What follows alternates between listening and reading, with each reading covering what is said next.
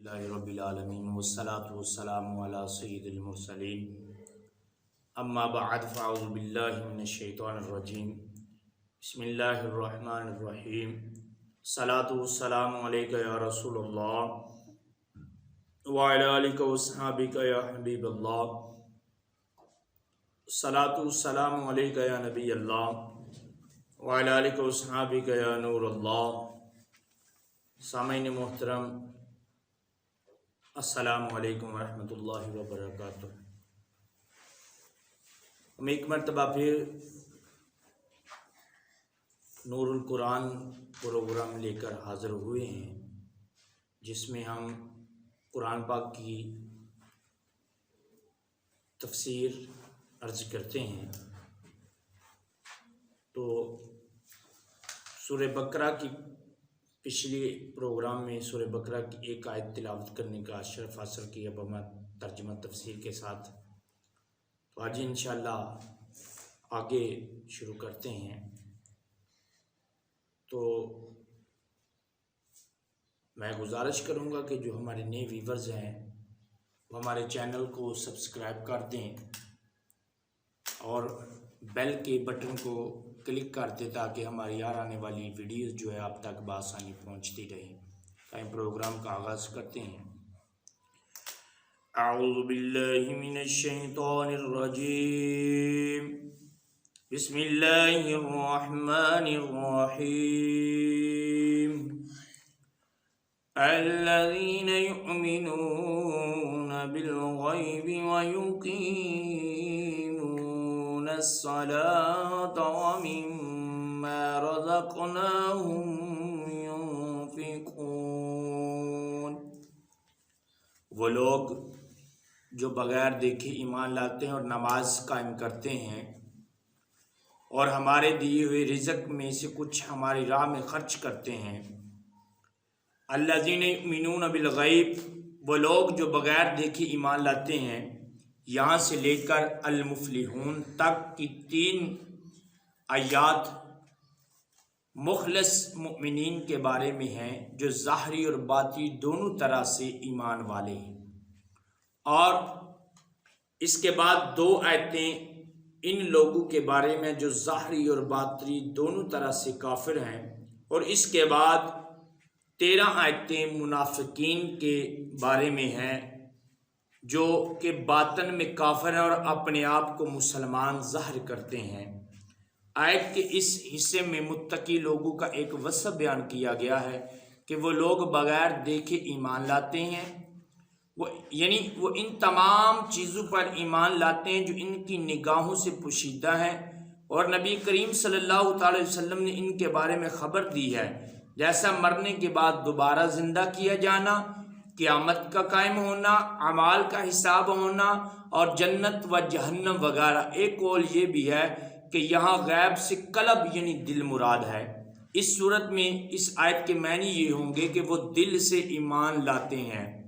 تو سامعین محترم، میں نے عرض کیا کہ 13 آیتیں ایسی ہیں جہاں پہ منافقین کے متعلق بیان کیا گیا ہے تفسیر کے ساتھ کہ بظاہر وہ مسلمان ہیں، ان کا اٹھنا بیٹھنا مسلمانوں کی طرح ہے، لیکن اندر سے وہ کافر ہیں، ان کو منافق بولتے ہیں۔ تو ان کے متعلق انشاءاللہ آگے جا کے ہم تفسیر عرض کریں گے۔ ہمارا پروگرام دیکھتے رہیں۔ ایمان اور غیب سے متعلق چند اہم باتیں میں آپ کے سامنے عرض کرنا چاہتا ہوں کہ جو اس آیت میں بغیر دیکھے ایمان لانے کی جو تفسیر ہے اس کے حوالے سے، کہ نمبر 1 ایمان اسے کہتے ہیں کہ بندہ سچے دل سے ان سب باتوں کی تصدیق کرے جو ضروریات دین میں داخل ہیں، اور کسی ایک ضروریات دین کے انکار کو کفر کہتے ہیں۔ یعنی وہ چیز جو ضروریات دین میں ہے اس کا انکار کرنا کفر ہے۔ نمبر 2 عمل ایمان میں داخل نہیں ہوتے، اس لیے قرآن پاک میں ایمان کے ساتھ عمل کا جداگانہ ذکر کیا جاتا ہے، جیسے اس آیت میں بھی ایمان کے بعد نماز صدقہ کا ذکر علیحدہ طور پر کیا گیا ہے۔ نمبر 3، غیب وہ ہے جو ہم سے پوشیدہ ہو اور ہم اپنے خواہش جسے دیکھنے، چھونے وغیرہ سے اور بدیہی طور پر عقل سے معلوم نہ کر سکیں۔ اور غیب کی 2 قسمیں ہیں۔ نمبر 1، جس کے حاصل ہونے پر کوئی دلیل نہ ہو، یہ علم غیب ذاتی ہے اور اللہ تعالیٰ کے ساتھ خاص ہے، اور جن آیات میں غیر اللہ سے علم غیب کی نفی کی گئی ہے وہاں یہی علم غیب مراد ہوتا ہے، جیسا کہ حاصل ہونے پر دلیل موجود ہو۔ نمبر 2 عرض کرنے لگا ہوں، اللہ تعالیٰ کی ذات و صفات گزشتہ انبیاء کرام علیہ السلام اور قدموں کے احوال نیز قیامت میں ہونے والے واقعات وغیرہ کا علم، یہ سب اللہ تعالیٰ کے بتانے سے معلوم ہے، اور جہاں غیر اللہ کے لیے غیب کی معلومات کا ثبوت ہے وہاں اللہ تعالیٰ کے بتانے ہی سے ہوتا ہے۔ وَيُقِيمُونَ الصَّلَاةَ، اور نماز قائم کرتے ہیں۔ آیت کے اس حصے میں متقی لوگوں کا دوسرا وصف بیان کیا گیا کہ وہ نماز قائم کرتے ہیں۔ نماز قائم کرنے سے مراد یہ ہے کہ نماز کے ظاہری اور باطنی حقوق ادا کرتے ہوئے نماز پڑھی جائے۔ نماز کے ظاہری حقوق یہ ہیں کہ ہمیشہ ٹھیک وقت پر پابندی کے ساتھ نماز پڑھی جائے، اور نماز کے فرائض، سنتیں اور مستحبات کا خیال رکھا جائے، اور تمام مفسدات و مکروہات سے بچا جائے۔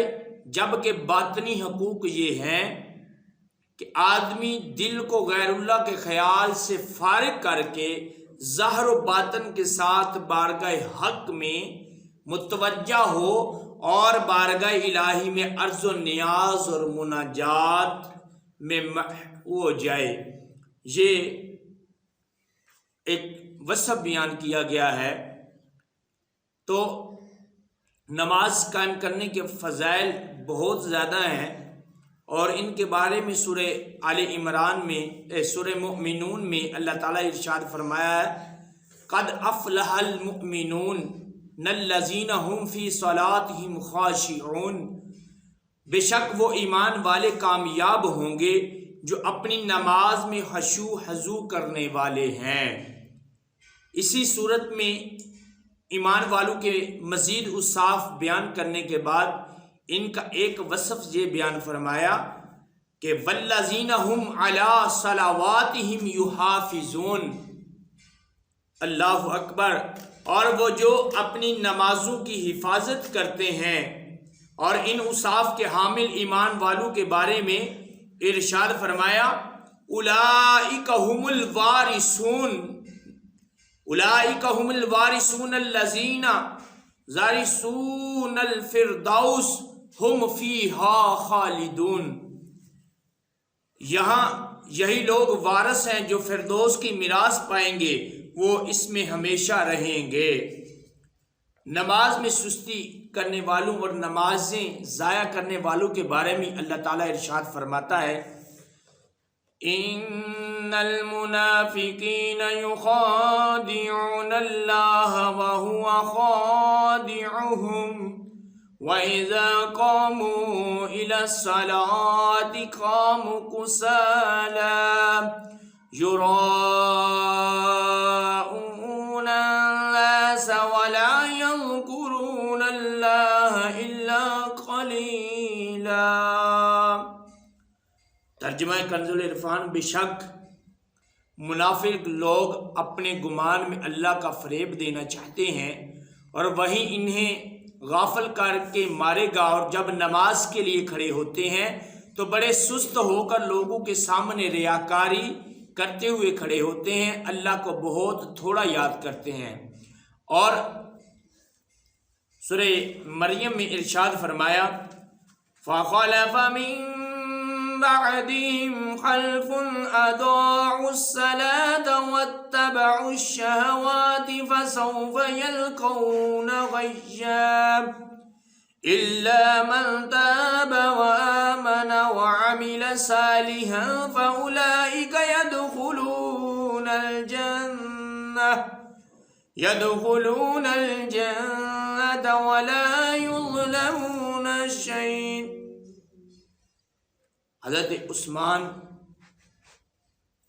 تو ان کے بعد وہ نالائق لوگ ان کی جگہ آئے جنہوں نے نمازوں کو ضائع کیا اور اپنی خواہشوں کی پیروی کی، تو ان قریب وہ جہنم کی خوفناک وادی غی سے جا ملیں گے، مگر جنہوں نے توبہ کی اور ایمان لائے اور نیک کام کیے تو یہ لوگ جنت میں داخل ہوں گے اور ان پر کوئی زیادتی نہیں کی جائے گی۔ نماز چھوڑنا، نماز نہ پڑھنا یہ بہت بڑا گناہ ہے، جہنم میں بندہ جائے گا۔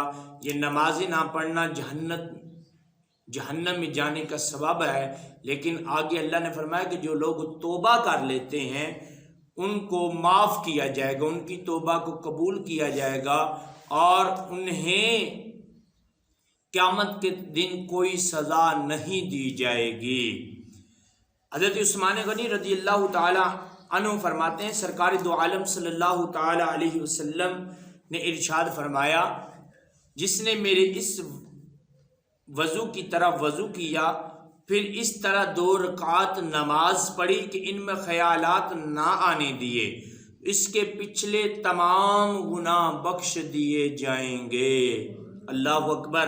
حضرت عقبہ بن عامر رضی اللہ تعالی عنہ سے روایت ہے کہ سید المرسلین صلی اللہ تعالی علیہ وسلم نے ارشاد فرمایا، جو بھی مسلمان طریقے سے اچھے طریقے سے وضو کرتا ہے پھر کھڑے ہو کر اس طرح 2 رکعات نماز پڑھتا ہے کہ اپنے دل اور چہرے سے متوجہ ہو کر یہ 2 رکعتیں ادا کرتا ہے تو اس کے لیے جنت واجب ہو جاتی ہے۔ اللہ اکبر۔ مسلم شریف کی یہ حدیث ہے۔ اور حضرت عبداللہ بن عمر رضی اللہ تعالی عنہما سے روایت ہے، حضور پر نور صلی اللہ تعالی علیہ وسلم نے ارشاد فرمایا، جس نے نماز پر مداومت کی تو قیامت کے دن وہ نماز کے لیے نور، برہان اور نجات ہوگی، اور جس نے نماز کی محافظت نہ کی تو اس کے لیے نہ نور ہے، نہ برہان ہے اور نہ نجات، اور وہ قیامت کے دن قارون، فرعون، حامان اور ابی بن خلف کے ساتھ ہوگا۔ حضرت ابو سعید خدری رضی اللہ تعالی عنہ سے روایت ہے، حضور اقدس صلی اللہ تعالی علیہ وسلم نے ارشاد فرمایا، جس نے جان بوجھ کر نماز چھوڑی تو جہنم کے اس دروازے پر اس کا نام لکھ دیا جائے گا جس سے وہ داخل ہوگا۔